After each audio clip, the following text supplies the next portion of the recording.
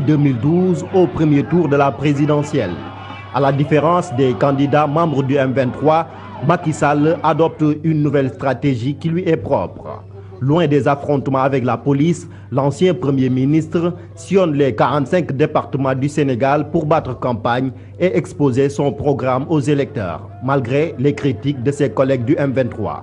Cependant, sa stratégie est payante, car Macky Sall arrive deuxième de ce scrutin et est crédité de 26,5% des suffrages.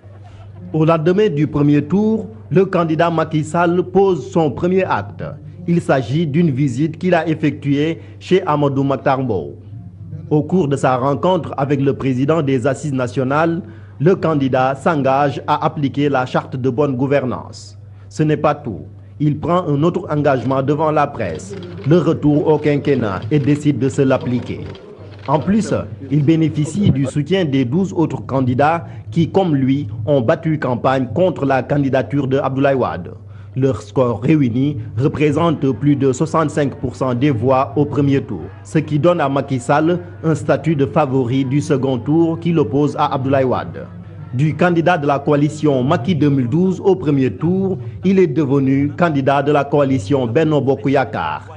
Elle réunit l'ensemble des candidats du premier tour et des membres de la société civile.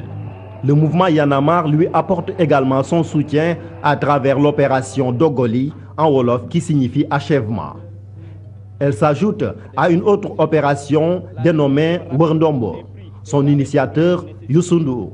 Le leader du mouvement Fekke Matibole utilise ses propres moyens comme il l'avait promis et organise des caravanes à travers les régions du Sénégal, en plus de ses villages électoraux.